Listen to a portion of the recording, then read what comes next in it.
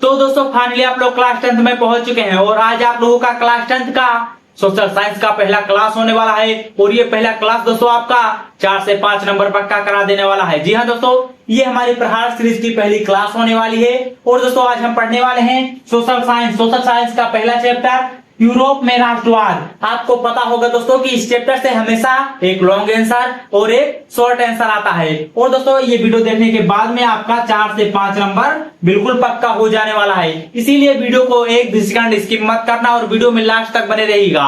और दोस्तों इस वीडियो के लास्ट में आप लोगों के लिए एक बहुत बढ़िया सरप्राइज है और एक ऐसा क्वेश्चन बताऊंगा जो दोस्तों आपके बोर्ड एग्जाम में जरूर आएगा। 2027 बोर्ड एग्जाम के लिए ये वीडियो बहुत ज्यादा इंपॉर्टेंट है। तो इसलिए बिना समय गवाए हम अपने इस वीडियो को शुरू करते हैं। तो चलते हैं फटाक से वीडियो पर। तो दोस्तों हम आ चुके हैं अपने पहले प्रश्न की तरफ। अगर बात करें यूरोप में राष्ट्रवाद की तो उसमें हमसे पहला प्रश्न यही बनता है दोस्तों कि फ्रांस की क्रांति क्या थी, इसका संक्षेप में उल्लेख कीजिए। ये प्रश्न दोस्तों आप पिछले लगभग 10 साल के पेपर को उठा के देख लीजिएगा, बहुत बार पूछा गया है। कोई जरूरी नहीं है कि इस बार भी पूछा जाए, लेकिन ये जो है यूरोप में राष्ट्रवाद का जो है मेन टॉपिक है, यही मेन टॉपिक है उस चैप्टर का। तो चलिए समझते हैं। तो चलिए सबसे पहले इसका एक चार्ट बना के मैं आपको एकदम ट्रिक की तरीके से एकदम ट्रिक से याद करवा दूंगा, आपको रटने की जरूरत नहीं है। तो हम बात कर रहे हैं 1789 की। कब की? 1789 की। अब दोस्तों 1789 में क्या हुआ था? फ्रांसीसी क्रांति हुई थी। कब? 1789 में, याद रखेगा 1789 में। अब ये क्यों हुई थी? तो ये जब 1789 था तो 1789 में जो फ्रांस का शासक था, तो फ्रांस का शासक कौन था? लुई 16वें था। कौन था? लुई 16वें। लुई 16वें कौन था? लुई 16वें। 1789 में फ्रांस का शासक लुई 16वें था। और ये लुई 16वें एक ऐसा शासक था जो बहुत जिद्दी और अदूरदर्शी तथा ये बहुत ही मतलब कम उम्र का शासक था, जिससे इसकी सोचने की क्षमता अभी कम थी। ये जो है राजा बनने योग्य नहीं था, यानी अयोग्य शासक था। तो इसलिए अब ये जब अयोग्य था तो जनता की जो है परेशानियों को समझ नहीं पा रहा था, जिससे जनता परेशान होकर क्रांतिकारियों ने, जिससे जनता परेशान हुई तो क्रांति हुई। तो क्रांतिकारियों ने क्या किया? क्रांतिकारियों ने क्या किया? क्रांतिकारियों ने लुई 16वें को जड़ से उखाड़ फेंका, यानी जो इनकी सत्ता थी लुई 16वें की, इनकी सत्ता को समाप्त कर दिया। अब यहाँ से जब लुई 16वें का अंत हो गया तब फ्रांस में कैसी जो है आई, तो फ्रांस में प्रजातंत्र आरंभ हो गया। प्रजातंत्र। अब आप लोग समझ नहीं पा रहे होंगे कि प्रजातंत्र क्या है।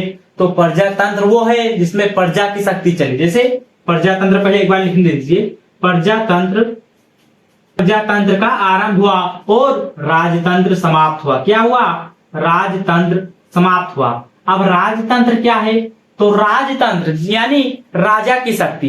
अब राजतंत्र पहले क्या था? एक राजा का बेटा ही राजा बन सकता था, लेकिन अब प्रजातंत्र आ गया है, यानी अब प्रजा चुनेगी कि करना है, जो राजा बनने योग्य होगा उसे ही राजा बनाया जाएगा। तो राजतंत्र का समाप्त हो गया और प्रजातंत्र आरंभ हो गया। उसके बाद में, इतना होने के बाद में फ्रांस में एक समान नापतोल आ गया। क्या आया? एक समान नापतोल पद्धति। एक समान नापतोल पद्धति। क्या आया? एक समान नापतोल पद्धति आ गई। अब जब वहां पे एक समान नापतोल पद्धति आई, उसके बाद में अब फ्रांस में कोई भाषा तो बोली जानी ही थी, तो फ्रांस ने बोली जाने वाली एक भाषा चुनी। क्या चुना? फ्रेंच। अब ये फ्रेंच भाषा कहाँ बोली जाती है? तो ये फ्रेंच भाषा यहाँ पे फ्रांस के पेरिस में बोली जाने वाली भाषा है फ्रेंच भाषा। तो वहां की जो राष्ट्रीय भाषा बनी वो फ्रेंच भाषा बनी। उसके बाद में अब वहां का भी तो एक फ्लैग होना चाहिए था। तो ये जो फ्रांस ने कैसा फ्लैग चुना? इसने तिरंगा चुना। क्या चुना? तिरंगा। यानी फ्रांस ने राष्ट्रीय ध्वज चुना। किसे? तिरंगा को। राष्ट्रीय ध्वज के रूप में किसे चुना? तिरंगा को। अब आप में से ज्यादातर लोग सोच रहे होंगे तिरंगा तो भारत का है, तो कोई जरूरी नहीं कि तिरंगा भारत के पास ही है। देखिए दोस्तों, जैसे यहाँ का जो है फ्लैग कुछ इस प्रकार से है, ऐसे है, लेकिन वहीं फ्रांस की बात करें तो अपने यहाँ पर भी देखिए दोस्तों 3 रंग पाए जाते हैं। वहां के भी झंडे में 3 रंग है, इसीलिए उसे तिरंगा कह दिया गया। ये वाला तिरंगा की बात नहीं हो रही दोस्तों, वहां के भी जो है फ्लैग में यानी झंडे में 3 रंग था, इसलिए उसे भी तिरंगा कह दिया गया। दोस्तों अब यही आपको इसका जो है आंसर समझ में आ गया होगा। क्या लिखना है आपको, एक बार दोबारा समझिए। 1789 में लुई सलावे का शासक था, लुई सलावे का शासन था। अब लुई सलावे एक अयोग्य एवं अदूरदर्शी शासक था जिससे जनता परेशान हुई, तो एक क्रांति हुई और क्रांतिकारियों ने लुई सलावे की सत्ता को उखाड़ फेंका और फ्रांस में प्रजातंत्र का आरंभ हुआ। वहां पे एक समान नापतोल पद्धत आ गई और वहां पे एक भाषा चुनी गई, फ्रेंच भाषा। उसके बाद में वहां का जो राष्ट्रीय ध्वज चुना गया, तिरंगा। इतना आपको लिख देना है, आपका ये नंबर पक्का। और ये दोस्तों बहुत ही इंपॉर्टेंट क्वेश्चन है, हमेशा पूछा जाता है, कोई पता नहीं दोस्तों कब बोर्ड जो है बोर्ड पेपर में ये आ जाए, तो इसलिए आप लोग इसे जरूर याद करिएगा। अब चलते हैं दोस्तों अपने अगले प्रश्न की तरफ। तो दोस्तों अब मैं आपसे एक एमसीक्यू प्रश्न कर रहा हूं, आप लोग इसका जवाब दीजिए। मैंने इसका आंसर आपको ऑलरेडी बता दिया है। चलिए अब आप लोग बताइए, फ्रांस की क्रांति कब हुई थी? आप बताइए फ्रांस की क्रांति कब हुई थी? ऑप्शन है 1779, 1859, 1789, 1889। आप लोग इसका आंसर बताइए। तो दोस्तों अभी मैंने क्या बताया था कि 1789 में, कब? 1789 में जो है फ्रांस की क्रांति हुई थी। तो इसमें ऑप्शन क्या है? 1789। इस प्रकार के दोस्तों आपसे जो है प्रश्न पूछे जाएंगे बोर्ड एग्जाम में, और ये प्रश्न भी दोस्तों बहुत ही इंपॉर्टेंट है। आप लोग दोस्तों जो मैं भी बताऊं उसे आप लोगों को याद करना है, और दोस्तों ये आपको वीडियो में ही याद हो जाएगा। कब? 1789 में फ्रांस की क्रांति हुई थी। तो अब चलिए हम समझते हैं कि फ्रांसीसी क्रांति होने के कारण क्या थे, उसके कारणों का उल्लेख अगर हमसे बोर्ड एग्जाम में पूछ ले तो उसे कैसे करना है। और दोस्तों वीडियो में मैं आपको एक ऐसा प्रश्न बताऊंगा जो 2027 में हूबहू छप के आ जाएगा दोस्तों, तो इसलिए वीडियो में लास्ट तक बने रहिएगा। तो दोस्तों हम पढ़ रहे थे कि जो है फ्रांसीसी क्रांति के 4 कारण कौन कौन थे। तो आप लोग कुछ इस प्रकार से जो है फ्रांसीसी क्रांति के 4 कारण लिख देंगे और आपको पूरा का पूरा नंबर मिल जाएगा। तो चलिए पहले समझते हैं फ्रांसीसी क्रांति के वो 4 कारण कौन थे जिसे आपको लिखना है। तो यहाँ पे है फ्रांस का पहला कारण है, फ्रांस का शासक लुई 16वां एक अयोग्य, जिद्दी तथा कर्तव्यहीन शासक था। अभी मैंने शुरुआत में ही बता दिया था कि जो ये लुई 16वां था ये एक अयोग्य, जिद्दी, अदूरदर्शी यानी कर्तव्यहीन शासक था। उसके निरंकुशता के कारण, अब आप लोग जैसे ही ये जो निरंकुशता देखे होंगे आप लोगों को समझ में नहीं आ रहा होगा कि निरंकुशता का अर्थ क्या है। निरंकुशता यानी निरंकुश, जिस पर कोई अंकुश ना हो, यानी इससे जो है कोई बुरा नहीं बोल सकता था, इस पर कोई अंकुश नहीं था, ये खुद अपनी मनमर्जी चलाता था। तो इसके निरंकुशता के कारण जनता उसके विरुद्ध हो गई। अब इसका जो अर्थ क्या बनता है, फ्रांस का शासक लुई 16वां एक अयोग्य, जिद्दी, अदूरदर्शी तथा कर्तव्यहीन शासक था। उसकी निरंकुशता के कारण जनता उसके विरुद्ध हो गई। जैसे मान लीजिए आपका जो है इस समय आपका जो है सरकार है, वो सरकार लुई 16वां है, वह एक अयोग्य है, मतलब वो शासक बनने लायक नहीं था, उसके योग्य नहीं था, लेकिन वो फिर भी शासक है, कम उम्र का था, इसलिए उसे अयोग्य बताया गया। अयोग्य, जिद्दी यानी वो जो काम चाहता था वो करके रहता था और जो बोलता था नहीं करूंगा वो कभी नहीं करता था, यानी जिद्दी था। उसके बाद में कर्तव्यहीन, जो उसका कर्तव्य था वो अपने कर्तव्य का पालन नहीं करता था, यानी जो उसका काम था वो अपना काम नहीं करता था, वो एकदम अपना आराम से जिंदगी जीता था, विलासता का जीवन जीता था। विलासता मतलब होता है दोस्तों बहुत ही आनंददायक जीवन जीना, तो वो विलासता का जीवन जीता था और उसकी निरंकुशता के कारण जनता उसके विरुद्ध हो गई। अब जब वो कर्तव्यहीन था, उसको जनता से कोई मतलब ही नहीं था, तो जनता उससे जो है आक्रोश हो गया, यानी गुस्सा हो गई और उसके विरुद्ध हो गई। विरुद्ध मतलब होता है दोस्तों उसका जो है विरोध करने लगी। उसके बाद में है दूसरा, औद्योगिक क्रांति के कारण पनपा मध्यम वर्ग। अब यहाँ पे जो औद्योगिक क्रांति है, औद्योगिक क्रांति हुई थी, उसके कारण पनपा मतलब होता है दोस्तों उदित हुआ। यहाँ पर मैंने लिखा है पनपा, तो पनपा का अर्थ हो जाएगा उदित हुआ, यानी जो है उदय हुआ। किसका? मध्यम वर्ग का उदय हुआ। जो मध्यम वर्ग का उदय हुआ वह नवीन विचारों, नवीन विचारों यानी नए नए विचारों, नवीन मतलब नए नए, विचारों मतलब विचार, यानी नए नए विचार एवं राष्ट्रीय भावनाओं। राष्ट्रीय भावना मतलब जो होता है राष्ट्र प्रेम वाली भावनाओं से ओतप्रोत था। ओतप्रोत था यानी वो उसमें ही ओतप्रोत था। ओतप्रोत का अर्थ होता है दोस्तों यहाँ पर मतलब होता है उसी में जो है व्यस्त था। उसके बाद में यहाँ पे इसका क्या अर्थ बनता है? औद्योगिक क्रांति के कारण पनपा, यानी औद्योगिक क्रांति के कारण उदित हुआ मध्यम वर्ग नवीन विचारों एवं राष्ट्रीय भावनाओं से ओतप्रोत था। इतना लिख देना है। उसके बाद में तीसरे पॉइंट पर आ जाना है तत्कालीन फ्रांस में आम जनता की स्थिति। अब तत्कालीन मतलब जो होता है जिस समय की बात की जा रही थी उस समय की फ्रांस की स्थिति कैसी थी। तो तत्कालीन फ्रांस में आम जनता यानी प्रजा, जैसे हम लोग क्या है आम जनता हैं, तो आम जनता की स्थिति बड़ी दयनीय थी। दयनीय मतलब क्या होता है दोस्तों? दयनीय मतलब होता है बहुत ही लाचार वाला जीवन था, मतलब दयनीय थी। लोग रोजी रोटी को तरस रहे थे, फंस गए थे। यानी वहां पे जो आम जनता थी उन्हें ना ही काम मिल पा रहा था और ना ही उन्हें भरपेट खाना मिल पा रहा था। उसके बाद में चौथा, फ्रांसीसी सरकार द्वारा लोगों के स्वतंत्र पर प्रतिबंध लगाने के साथ साथ लेत्र दाकासे जारी करना, जिससे जनता में असंतोष पनपा और वह क्रांति पर उतारू हो गई। अब यहाँ पे क्या है?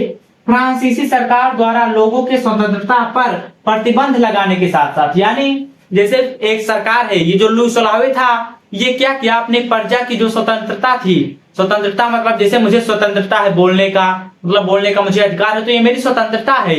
अब मुझसे कोई यही छीन ले, मुझसे बोलने की स्वतंत्रता कोई छीन ले, तो उसी प्रकार यहाँ पे था फ्रांसीसी सरकार, जो कि फ्रांस की सरकार थी, वो लोगों की स्वतंत्रता को जो है प्रतिबंध लगा दिया उस पर। मतलब आपकी अब से स्वतंत्रता नहीं रही, अब आप इससे बंदिश हैं। तो प्रतिबंध लगाने के साथ साथ प्रतिबंध भी लगा दिया और उसके साथ साथ लेत्र दाकासे भी जारी किया। अब आप लोग सोच रहे होंगे ये लेत्र दाकासे क्या है? लेत्र दाकासे ये होता है बिना कारण बताए कैद के आदेश पत्र।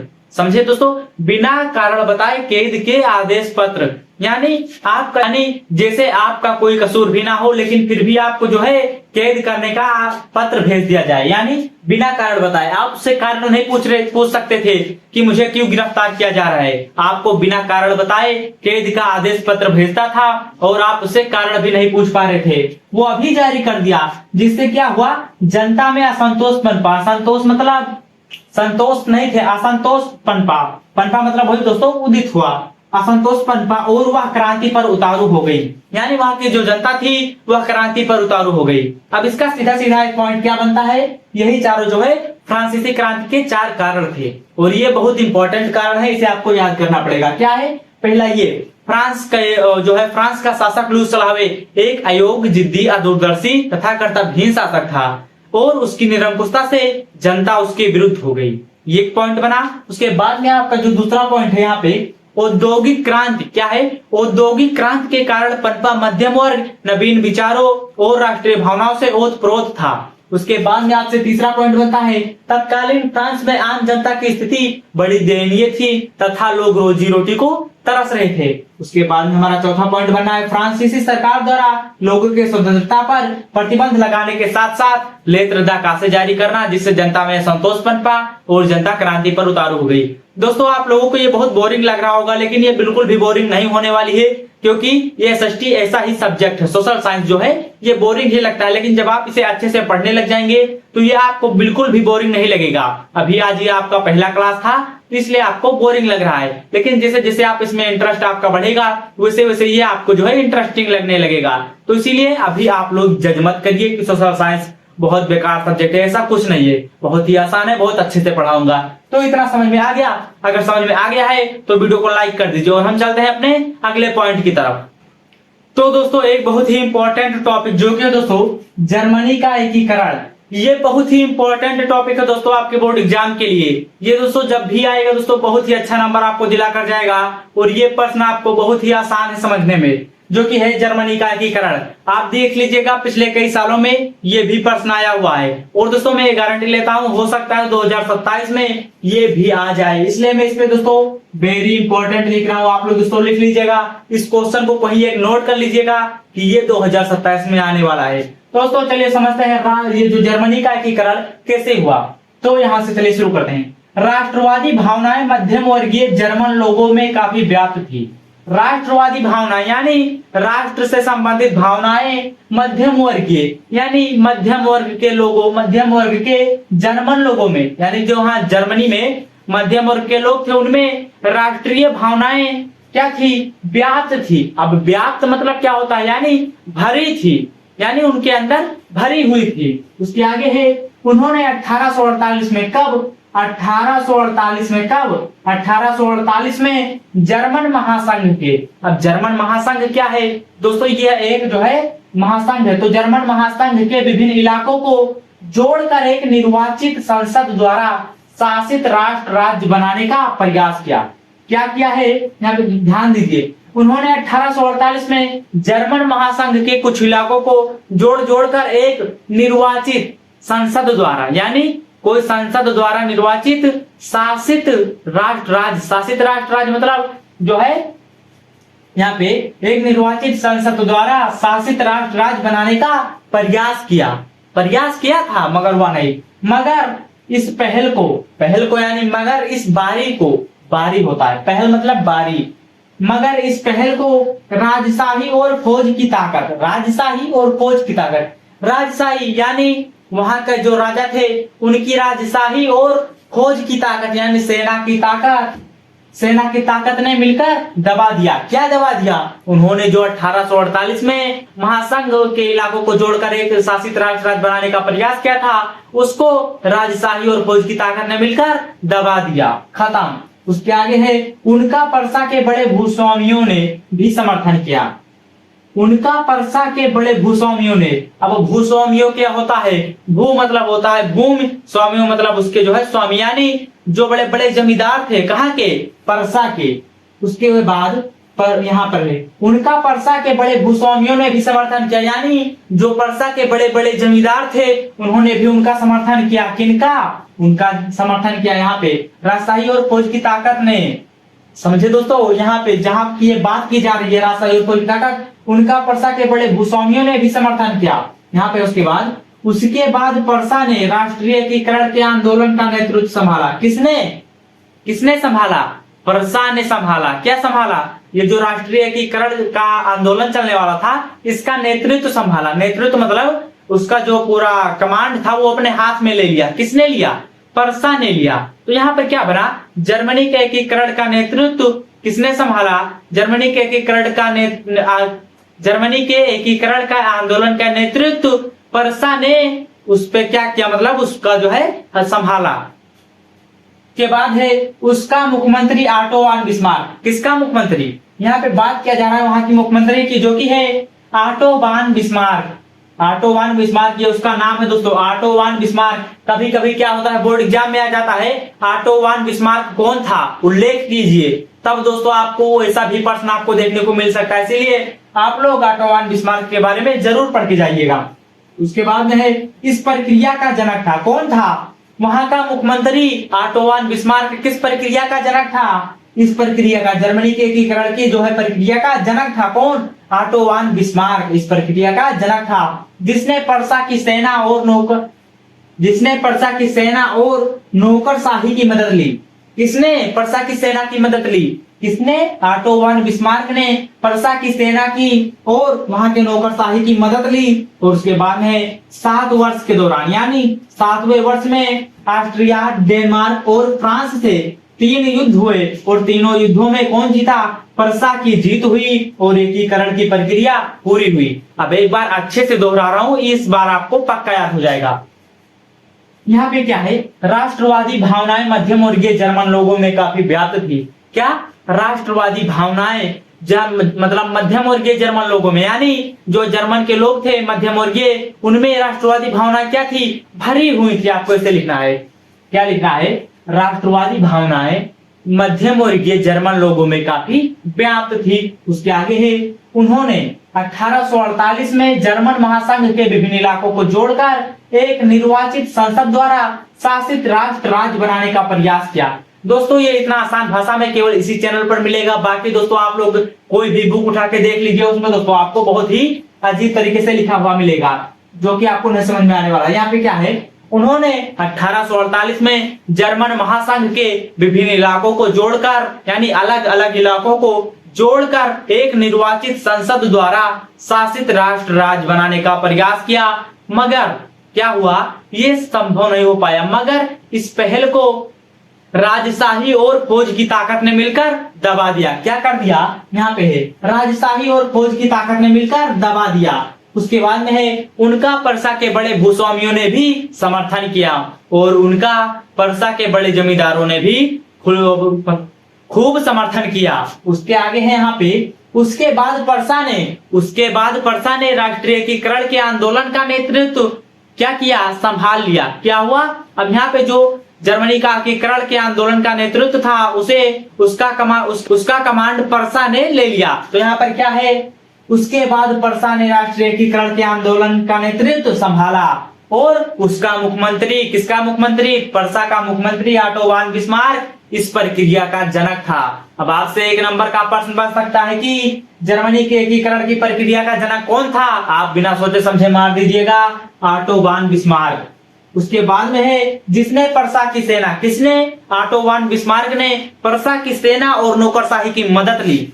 उसके आगे है यहाँ पर दोस्तों 7वें वर्ष यानी 7 वर्ष के दौरान ऑस्ट्रिया, डेनमार्क और फ्रांस से तीनों युद्धों में पर्सा की जीत हुई। इस प्रकार पर जो है जर्मनी के एकीकरण की प्रक्रिया संभव हुई। तो यहाँ पे देखिए एक बार क्या है, 7वें वर्ष में एक बार जो है पर्सा और ऑस्ट्रिया का युद्ध हुआ, यानी ऑस्ट्रिया से पर्सा का युद्ध हुआ तो ऑस्ट्रिया हार गई और कौन जीता? पर्सा जीत गया। उसके बाद में डेनमार्क से भी युद्ध हुआ और डेनमार्क से जो युद्ध हुआ उसमें भी पर्सा ही जीती। उसके बाद में फ्रांस से युद्ध हुआ और फ्रांस से भी पर्सा जीत गई, यानी तीनों युद्धों में पर्सा की जीत हुई और इसी प्रकार से एकीकरण की प्रक्रिया पूरी हुई। दोस्तों आप लोग इसका फटाक से स्क्रीनशॉट ले लीजिए, अगर आपको लेना है दोस्तों इसका आप लोग स्क्रीनशॉट ले लीजिए और अपने कॉपी में नोट कर लीजिएगा अच्छे से, क्योंकि दोस्तों ये बहुत आसान भाषा में लिखा हुआ है। आप चलते हैं दोस्तों अपने अगले प्रश्न की तरफ।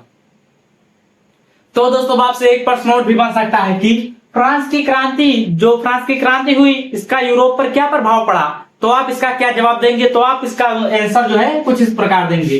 पहले आप ऐसे 4 पॉइंट 5 पॉइंट बना लेंगे, आपको इसे लिखना रहेगा पॉइंट वाइज। दोस्तों जब भी आप प्रश्न को याद करेंगे या फिर जब जवाब देंगे तो ये दोस्तों आपको बहुत आसानी मिलेगी। आप भी कभी भी जो बड़ा पैराग्राफ है उसे एकदम पैराग्राफ की तरीके से मत याद करिए, आप उसको पॉइंट में से तोड़ लीजिए। ऐसे एक पैराग्राफ छोटा सा उठाइए जिसमें मतलब एक का अर्थ निकाला हो, उसको एक लाइन में लिख दीजिए, दूसरा बना लीजिए, तीसरा बना लीजिए। इसी प्रकार से जब आप उसको लाइन वाइज याद करेंगे तब आपको जल्दी याद होगा, वरना आप पूरा पैराग्राफ रटते रह जाओगे लेकिन आपको कभी नहीं याद होगा। तो चलिए यहाँ पे समझते हैं कि जो है फ्रांस की क्रांति का यूरोप पर क्या प्रभाव पड़ा। तो चलिए यहाँ पर हमारे पास है यूरोप में सभी राष्ट्रवाद को मजबूती मिली।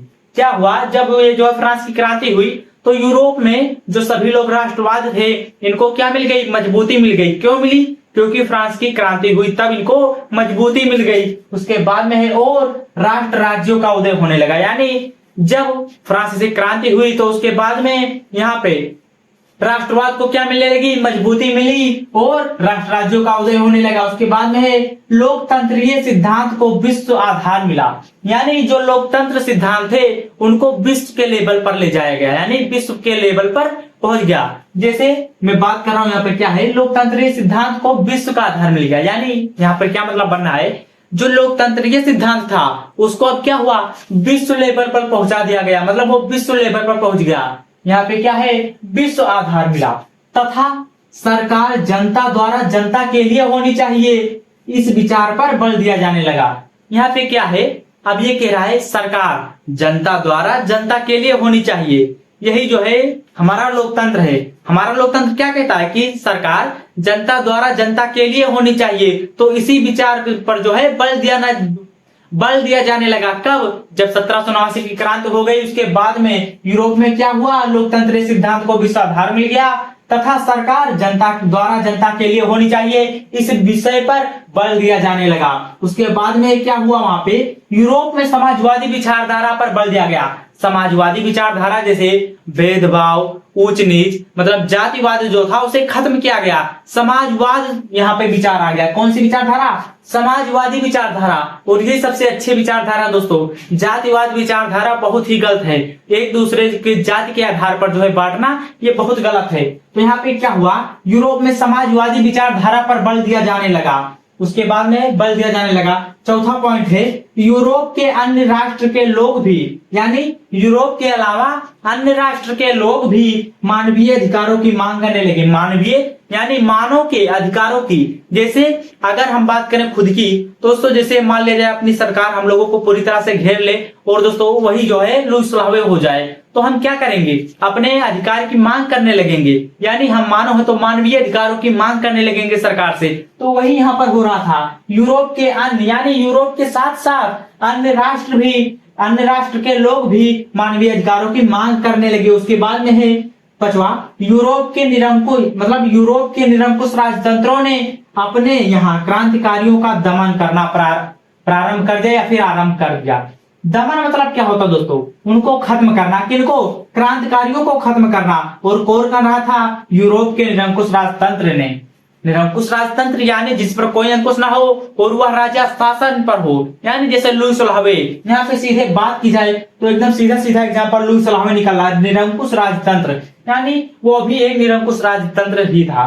तो यहाँ पे क्या हुआ, यूरोप के निरंकुश राजतंत्रों ने अपने यहाँ क्रांतिकारियों का दमन करना आरंभ कर दिया। यानी वहां पे क्या किया, जितने भी क्रांतिकारी थे उसके विरोध में थे, वो क्रांति कर रहे थे, उन सभी को खत्म कर दिया। यही यहाँ पर जो है खत्म करना शुरू कर दिया। तो एक बार दोबारा समझिए एकदम अच्छे से दोस्तों, क्या है, यूरोप में सभी राष्ट्रवाद को मजबूती मिली। यानी जब फ्रांस की क्रांति हुई तो उसके बाद में यूरोप में सभी को जो है राष्ट्रवाद को जो है मजबूती मिली और राष्ट्र राज्यों का उदय होने लगा। उसके बाद में यहाँ पर क्या है, लोकतंत्रीय सिद्धांत को विश्व आधार मिला। यानी जो सिद्धांत लोकतंत्रीय था अब वह विश्व लेवल पर पहुंच गया। कब? जब फ्रांसीसी क्रांति हुई। उसके बाद में क्या हुआ, लोकतंत्रीय सिद्धांत विश्व आधार मिला।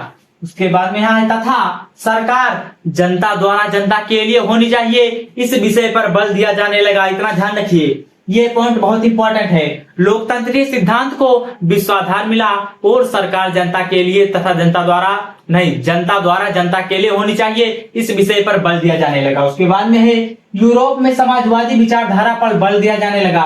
यानी समाजवादी विचारधारा पर बल दिया जाने लगा, जातिवादी विचारधारा पर नहीं। उसके बाद में यहाँ पे क्या है, यूरोप के अन्य राष्ट्र के लोग भी मानवीय अधिकारों की मांग करने लगे। यूरोप के साथ साथ अन्य राष्ट्र के लोग भी मानवीय अधिकारों की मांग करने लगे। उसके बाद में है यूरोप के निरंकुश राजतंत्रों ने अपने यहाँ क्रांतिकारियों का दमन करना आरंभ कर दिया।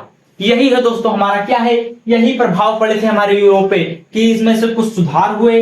यही सुधार हुए थे दोस्तों। उसके बाद में क्या हुआ, सबसे पहले वहां पे राष्ट्रवाद को मजबूती मिल गई और लोकतंत्रीय सिद्धांत को विश्वाधार मिल गया और सरकार जनता द्वारा जनता के लिए होनी चाहिए, इस विचार पर बल दिया जाने लगा और यहाँ पे समाजवादी विचारधारा जो है चलने लगी। यही सब चीजें दोस्तों जो है फ्रांसीसी क्रांति के बाद हुई। अब मुझे आशा है दोस्तों कि ये आप लोगों को अच्छी तरीके से समझ में आ गया होगा। अगर समझ में आ गया तो दोस्तों अब ये वीडियो बहुत ज्यादा लंबी हो जाएगी, इसीलिए दोस्तों इस वीडियो को यहीं रोकते हैं। और दोस्तों बात करें अगर हम अपने अगले वीडियो की, तो जब इसका जो है षष्ठी का नेक्स्ट टर्न आएगा तो उसमें दोस्तों हम क्या पढ़ेंगे, नेपोलियन द्वारा किए गए सुधार तथा नेपोलियन द्वारा जो सुधार हुए उसके क्या प्रभाव पड़े वो भी हम अच्छे से समझेंगे। उसके बाद में वियना संधि, इसे भी हम विस्तृत तरीके से समझेंगे। उसके बाद में यूरोप में राष्ट्रवाद का उदय क्यों हुआ या फिर कैसे हुआ, ये तीनों टॉपिक जो है दोस्तों हम अपने अगले जो है सेशन में कंप्लीट करेंगे। और दोस्तों साथ ही साथ जब हमारी अगली वीडियो आएगी षष्ठी की तो उसमें मैं दोस्तों आप लोगों को इसके साथ साथ एमसीक्यू भी कराऊंगा। एमसीक्यू और जितने भी इससे इंपॉर्टेंट एमसीक्यू होंगे वो सभी करवा दूंगा और साथ साथ में आप लोगों को इसका जो है अच्छे से जो है यहाँ पे लिख के समझाऊंगा, एकदम अच्छे से समझाऊंगा। अगर आज नहीं समझ में आया है तो आप अगली क्लास देखिएगा, उसमें भी समझ में आ जाएगा। और दोस्तों अगर आप लोगों को मेरे द्वारा बताई गई सभी चीज समझ में आ गई हैं तो वीडियो को लाइक कर दीजिए, चैनल पर नए हो तो सब्सक्राइब कर दीजिए। और दोस्तों ये हमारी प्रहार सीरीज है और इस प्रहार सीरीज में कब क्या जो है कैसे क्लास होने वाली है, अगर आप लोगों ने ये सब नहीं देखा है तो जाइए मेरे चैनल पे, प्रहार सीरीज का जो है लॉन्च हुआ था वो देख लीजिए। उसमें मैंने इसका टाइम टेबल बताया है कि किस प्रकार से क्लासेस होंगी। और दोस्तों मैं गारंटी लेता हूं कि आपका सभी सिलेबस जो है कंप्लीट करवा दिया जाएगा इस चैनल पर। तो इसलिए आप लोग संतुष्ट रहें, मिलते हैं अगले वीडियो में, तब तक के लिए जय हिंद।